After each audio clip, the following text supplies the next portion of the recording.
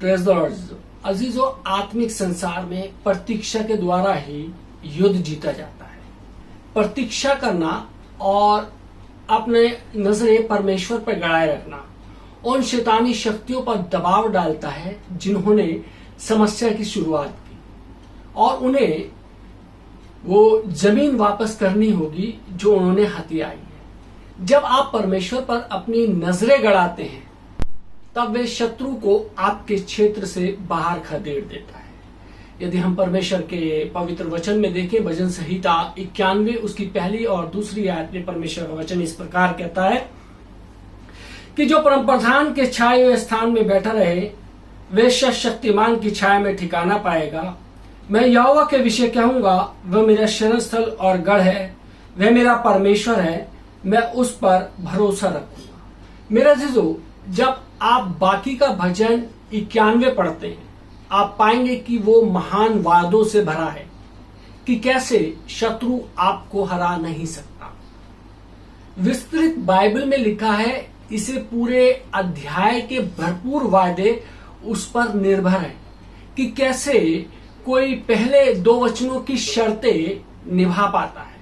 दूसरे शब्दों में ये उन लोगों के लिए अच्छा होगा जो परमेश्वर के गुप्त स्थानों में रहते हैं कि वे परमेश्वर के बारे में ये घोषणा करें कि वे उसके शरण स्थल और गढ़ है, वो जो उन पर भरोसा करते हैं, स्वयं को पूरी तरह उन पर आश्रित कर देते हैं। मेरा अजीजों, कभी भी जब आप किसी अन्य व्यक्ति द्वारा ठेस खाते हैं तो हमेशा ये भावना सी बन जाती है कि वो आपका ऋणी है, कर्जदार है। इस तरह जब आप किसी को ठेस पहुंचाते हैं तो शायद आपको भी ऐसा लगे कि आपको उस व्यक्ति को हर्जाना देना है या किसी ना किसी तरीके से भरपाई करनी है। अन्यायी व्यवहार किसी भी तरीके का शोषण पीछे छोड़ जाता है। एक ना चुकाए जाने वाला ऋण जिसे बोल सकते हैं, जिसे चुकाया नहीं जा सकता। आत्मा की दृष्टि में इसलिए ये ऋण मन में और भावनाओं में महसूस किया जाता है। यदि एक बदले की भावना उभरती है, उससे जो दूसरों को आपको देना है या जो आपको दूसरों को देना है कह सकते हैं, यदि ये बहुत भारी हो जाता है या बहुत देर तक आपके दिल में घर कर जाता है तो शायद आप अपने शरीर में भी अस्वस्थता के लक्षण देखेंगे। होता है कि कभी कभी कोई चीज होती है, कोई बातें होती है जिनको लेकर हम बरसों बरस गुजार देते हैं, और जब हम इन परिस्थितियों का सामना करते हैं तो ये परिस्थितियां हमारे अंदर शारीरिक लक्षण लेकर आती हैं, बीमारियों के रूप में। मेरे जो यीशु ने अपने शिष्यों को प्रार्थना करनी सिखाई। यदि हम देखें मत्ती 6 बाब और उसकी 12वीं आयत में परमेश्वर का वचन कहता है, और जिस प्रकार हम अपने अपराधियों को क्षमा किया है वैसे तू भी हमारे अपराधों को क्षमा कर। मेरे अजीजों, वो परमेश्वर से हमारे पापों को माफ करने के बारे में बात कर रहे थे, और यहां उन्होंने इसे ऋण कहा। ऋण एक ऐसी चीज है जो एक व्यक्ति को दूसरे को देना होता है। यीशु ने कहा कि परमेश्वर ने हमारे सब ऋण जो है वो क्षमा कर दिए, छोड़ दिए, और हमारा ये व्यवहार किया जैसे हम उन्हें कुछ भी नहीं देना है। इस तरीके से परमेश्वर का व्यवहार है, क्योंकि हम सभी जानते हैं, वचन बताता है कि हम सब के सब जो है वो पापी हैं, यानी कि कर्जदार थे, लेकिन परमेश्वर ने उस कर्जे को माफ कर दिया। उन्होंने हमें यह भी आदेश दिया है कि हम इसी तरीके से दूसरों से भी ऐसा व्यवहार करें जो हमारे ऋणी हैं। एक बार फिर मैं ये कहना चाहता हूं, ये शायद कठिन लगे, पर किसी को घृणा करते जाना और अपनी जिंदगी उस ऋण को उघाड़ने में ही गुजार देना जो वो व्यक्ति कभी अदा ही नहीं कर सकता, और भी ज्यादा मुश्किल है। बाइबल में लिखा है कि परमेश्वर हमारी भरपाई करेगा। यदि हम देखें यशायाह नबी की पुस्तक 61 बाब उसकी 7वीं और 7 से 9 आयत में हम देख सकते हैं, मैंने कभी भी इस वचन की ओर ज्यादा ध्यान नहीं दिया था, लेकिन कुछ समय पहले जब मैं क्षमा और ऋण छोड़ देने के विषय में अध्ययन कर रहा था, प्रतिफल एक मुख्य शब्द है उसके लिए जिसने ठेस पहुंचाई हो। जब बाइबल कहती है कि परमेश्वर हमारा प्रतिफल देगा, इसका दरअसल मतलब है कि परमेश्वर स्वयं हमें वो वापस करेंगे जो हमारा ऋण बनता है। इन शास्त्र वचनों को याद कर लीजिए जो परमेश्वर के प्रतिफल के विषय में है। कहता है कि तुम्हारी नामधराई की संति दूना भाग मिलेगा। अनादर की संति तुम अपने भाग के कारण जय जयकार करोगे। तुम अपने देश में दूने भाग के अधिकारी होगे और सदा आनंदित रहोगे, क्योंकि मैं यहोवा न्याय से प्रीत रखता हूं और अन्याय और डकैती से घृणा करता हूं। इसलिए मैं उनका प्रतिफल सच्चाई से दूंगा और उनके साथ सदा की वाचा बांधूंगा। मेरा जो बाद में अन्य अध्याय में हम पुनः आशीष के बारे में बात करेंगे। कुछ अन्य शास्त्र वचन कहते हैं कि परमेश्वर भरपाई करने वाला परमेश्वर है और बदला वो लेते हैं। यशाया 49:4 कहता है, तब मैंने कहा मैंने तो व्यर्थ परिश्रम किया, मैंने व्यर्थ ही अपना बल खो दिया है, तो भी निश्चय मेरा न्याय यहोवा के पास है और मेरे परिश्रम का फल मेरे परमेश्वर के हाथों में है। मेरे अजीजों, बदला लेने का मतलब है कि उन लोगों से खजाना वसूल करना जिन्होंने आपको कोई हानि पहुंचाई है। समस्या यह है कि बदला हमेशा व्यर्थ है, बेकार है। ये वो ठेस दूर नहीं करता या हानि नहीं भरता, दरअसल ये और ज्यादा पीड़ा और हानि का कारण बनता है। जब हमारे अंदर बदले की भावना उमड़ती है, ये हमारे को और ज्यादा पीड़ित करता है। मेरे अजीजों, बेशक मैंने कई साल व्यर्थ में परिश्रम किया। शब्द व्यर्थ का मतलब है बेकार। यदि आप व्यर्थ में परिश्रम करते हैं, आपके प्रयास बेकार हैं। यह आपको शारीरिक, मानसिक और भावनात्मक तौर पर थका देंगे। यदि आप उन सबको जिन्होंने आपको ठेस पहुंचाई है वापस हर्जाना देना चाहते हैं, या जिन्होंने आपको ठेस पहुंचाई है उनसे लेना चाहते हैं, मेरे अजीजों, बहुत बार जिनसे आप घृणा करते हैं, आप बदला लेने की कोशिश करते हैं, वे लोग बाहर जाकर मजे कर रहे होते हैं। ना ये जानते हैं, ना परवाह करते हैं कि आप कैसा महसूस कर रहे हैं। जैसे कि शास्त्र वचन में लिखा है कि मैंने सभी प्रयास व्यर्थ ही अपनी पूरी शक्ति गंवा दी थी। मेरे सभी प्रयास जो थे व्यर्थ और खोखले थे, जब तक मैंने परमेश्वर की ओर नहीं देखा कि मेरे परिश्रम का फल उसके हाथ है। प्रतिफल शब्द से मिलता जुलता एक और शब्द है, मजदूरों के लिए मुआवजा। यदि आप काम करते समय किसी तरह से चोट खाते हैं, खासकर परमेश्वर के लिए काम करते हुए, तो आपको वो मुआवजा देता है। प्रतिफल का मतलब है इनाम भी है। मेरे अजीजों, बाइबल के अनुसार स्वयं परमेश्वर हमारा इनाम है। उत्पत्ति 15 बाब और पहली आयत में परमेश्वर अब्राहम से कहते हैं कि इन बातों के पश्चात यहोवा का ये वचन दर्शन में अब्राहम के पास पहुंचा, हे अब्राहम मत डर, तेरी ढाल और तेरा अत्यंत बड़ा प्रतिफल मैं हूं। वो हमें शांति देते हैं जो समझ से बिल्कुल परे है। फिलिपियो 4:7 में लिखा है कि तब परमेश्वर की शांति जो सारी समझ से परे है तुम्हारे हृदय और विचारों को मसीह यीशु में सुरक्षित रखेगी।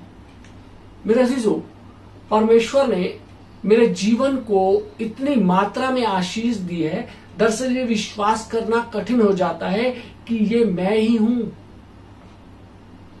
जो इतना अच्छा आशीषित महसूस कर रहा हूं। आपको ये याद रखना चाहिए, जिससे आप भरे हैं वही आपको भी निगलना पड़ता है। आपके अंदर जहर भरा है तो आपको जहर निगलना पड़ेगा।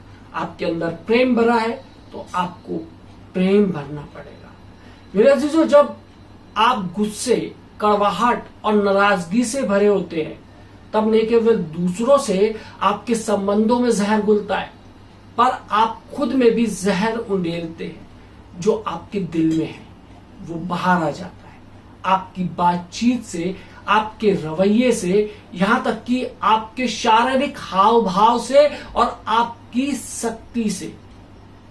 मेरे अजीजों, यदि आप जहरीले विचार और रवैये से भरे हैं तो किसी भी तरीके से आप उन्हें अपने पूरे जीवन पर हावी होने से नहीं रोक सकते।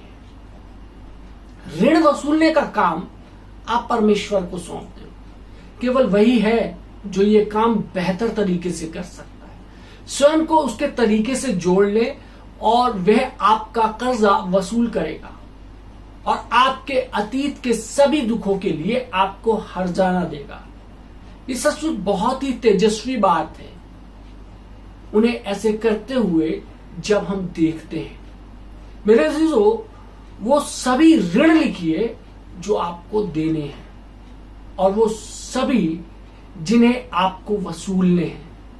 मैं आत्मिक दृष्टि से ऋणों की बात कर रहा हूं, फाइनेंशियली बात नहीं कर रहा हूं मैं, ना कि आर्थिक ऋण। उन सभी चीजों को लिखिए और ऊपर लिख दीजिए रद्द हुआ। ऊंची आवाज में कहें, किसी भी व्यक्ति को मुझसे कुछ देना नहीं और ना ही मैंने किसी व्यक्ति को कुछ लेना है। मैं सारे ऋण रद्द करके उन्हें यीशु को सौंप रहा हूं। ये उनके हाथ में है कि वापस करें जो मुझे पाना है। मेरे अजीजों, यदि आपने किसी को ठेस पहुंचाई, आप बेशक उस व्यक्ति से कह सकते हैं कि आपको उसके लिए अफसोस है और आप उससे क्षमा मांगे।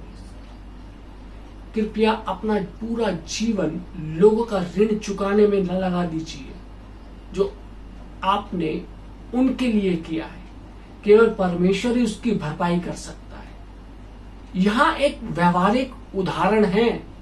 भावनात्मक चंगाई का सच्चा संकेत तब प्रकट होता है जब वो जिसका शोषण हुआ है आनंद उठा सके, तब दूसरा आशीषित होता है।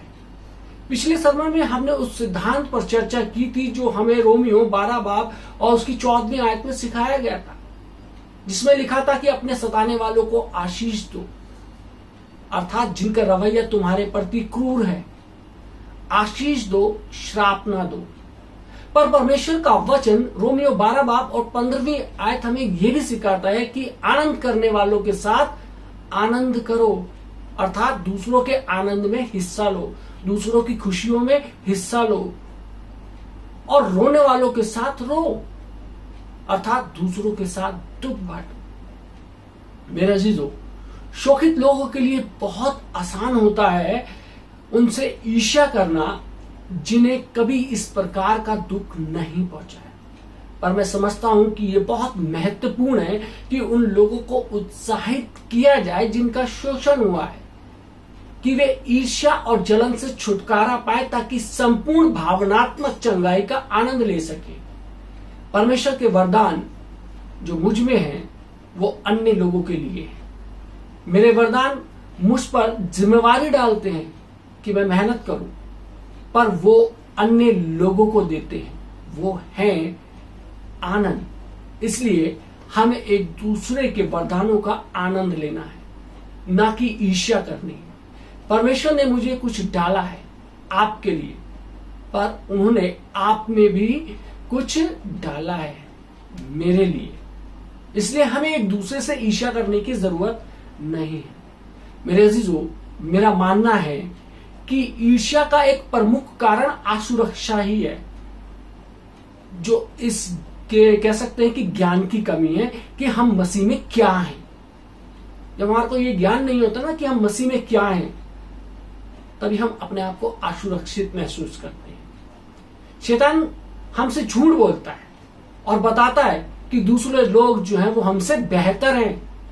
वो नकारात्मक विचारों द्वारा हमें धोखा देने में सफल हो जाता है, जैसे यदि जो उनके पास है वो मेरे पास होता, या यदि मैं उसकी तरह होता, या काश मैं वो कर सकता जो वो कर सकते हैं। हमारा ख्याल है कि यदि हम दूसरों की तरह होते तो हम उतने ही अच्छे होते जितने वो हैं। ये एक गलत सोच है जो हमें ईर्ष्या और जलन भर देती है। इस आज्ञाओं में से एक भी है, यदि हम देखें निर्गमन 20 बाब और उसकी 17वीं आयत में लिखा है, तो किसी के घर का लालच न करना, ना तो किसी की स्त्री का लालच करना, और ना किसी के दास दासी या बैल गधे का, ना किसी की किसी वस्तु का लालच करना। लालच करने का मतलब है ईर्ष्या, ईर्ष्यालु ढंग में ईर्ष्या करना। ईर्ष्या की परिभाषा है पीड़ादायी और क्रोध उत्पन्न करने वाली संचेतना उस लाभ के प्रति जिसका आनंद कोई और उठा रहा है, और साथ ही वो लाभ पाने की इच्छा। किसी से जलन रखने का मतलब है असहनशीलता वाली शत्रु का या प्रतिद्वंदी के प्रति हिंसा, या उसके प्रति जो लाभ का आनंद उठाता दिखता है। एक ईर्ष्यालु व्यक्ति यह भी नहीं चाहता कि दूसरों के पास हो जो उसके पास है। दूसरे शब्दों में, ईर्ष्यालु व्यक्ति के लिए दूसरों जैसा होना भी काफी नहीं है।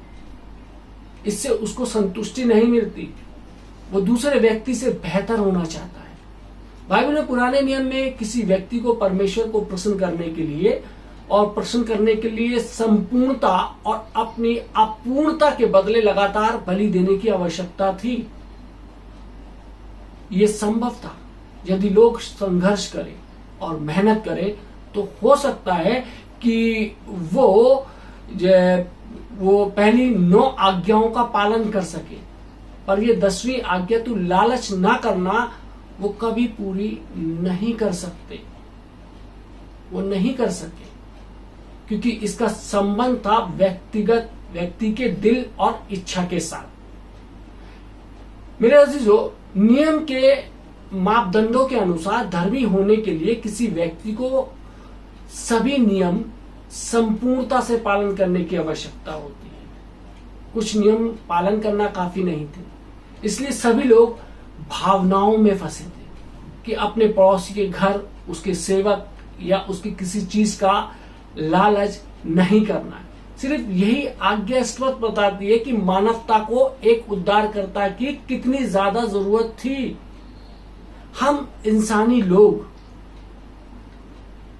हमें मदद की जरूरत है। हम परमेश्वर के सामने साफ खड़े रहने की उम्मीद भी नहीं कर सकते। मेरा जो नई वाचा के अनुसार हर व्यक्ति की कीमत और स्थान मसीह में बने रहने पर आधारित है कि उन पर पूरी तरीके से विश्वास किया जाए और हर बात के लिए विश्वास किया जाए जो किसी व्यक्ति की आवश्यकता है। मसीह हमारी धार्मिकता है।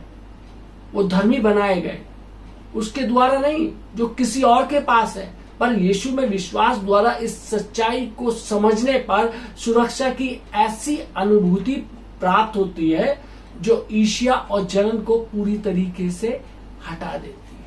जब हम प्रभु यीशु मसीह की जीवनी के ऊपर ध्यान देते हैं, जब हम मनन करते हैं, तो प्रभु यीशु मसीह के अंदर कहीं भी जलन और ईर्ष्या नहीं दिखी, क्योंकि उसने कहा कि अपने सताने वालों के लिए प्रार्थना करो, और उसने वो करके दिखाया। जो लोग जब उसको क्रूस पे चढ़ा रहे थे उसके मुंह पर थूका जा रहा था, उसका मजाक बनाया जा रहा, लेकिन उसने वो सब चीजें करके दिखाई, एक मानव रूप धारण करके, कि कल को कोई मानव ये ना कहे कि ईश्वर यदि तू इस संसार में खुद आके करता तो देख कितना मुश्किल था। लेकिन परमेश्वर जानता है इस मानव के हृदय को, वो भली भांति जानता है कि किस प्रकार का मानव जो है ये व्यवहार करता है, किस प्रकार से ये एक दूसरे के ऊपर दोषारोपण करता है। इसलिए प्रभु यीशु मसीह इस संसार के अंदर आए और उन्होंने वो सब करके दिखाया जो उन्होंने हमसे करने को कहा है। परमेश्वर चाहता है कि हम उन तमाम ईर्ष्या को, निंदा को, बैर भाव को भूलते हुए लोगों को माफ कर दें, उनके ऋण को माफ कर दें, क्योंकि बदला लेना हमारा काम नहीं, परमेश्वर का काम। आप सिर्फ परमेश्वर के हाथों में सौंप दीजिए। जिन्होंने आपका बुरा किया है उन्हें ऋण चुकाना पड़ेगा। परमेश्वर आप सबको आशीष दे। आइए अब दुआ मांगें। महान सामर्थ्य पिता परमेश्वर धन्यवाद देते हैं आज के सुंदर वचन के लिए, जिसमें हमने देखा कि माफ करना परमेश्वर कितना सामर्थ्य और कितना शक्तिशाली है परमेश्वर। तुझसे विनती करते हैं कि खुदावंद हमारे जीवन में परमेश्वर ये सामर्थ्य उपलब्ध करा कि हम लोगों को माफ करना सीखे परमेश्वर, उनके ऋणों को, उनके कर्जों को माफ करना सीखे जो उन्होंने हमारे साथ दुर्व्यवहार किया, जो उन्होंने हमारे साथ बुरा किया है परमेश्वर। आज खुदावंद हम उन तमाम कर्जों को जो लोगों ने हमारे साथ किया है, उन तमाम कर्जों को रद्द करते हैं परमेश्वर, और तमाम चीजें खुदावंद तेरे हाथों में सौंपते हैं परमेश्वर। ऐ प्रभु जी दुआ करते हैं जितने लोग परमेश्वर आज ये वचन सुन रहे हैं परमेश्वर, उनके जीवन के लिए लाभकारी हो परमेश्वर, उनके हृदय को पलट दे, इनके परिवारों पे प्रभु जी आपकी आशीष यीशु मसीह के नाम से मांगते हैं, आमीन।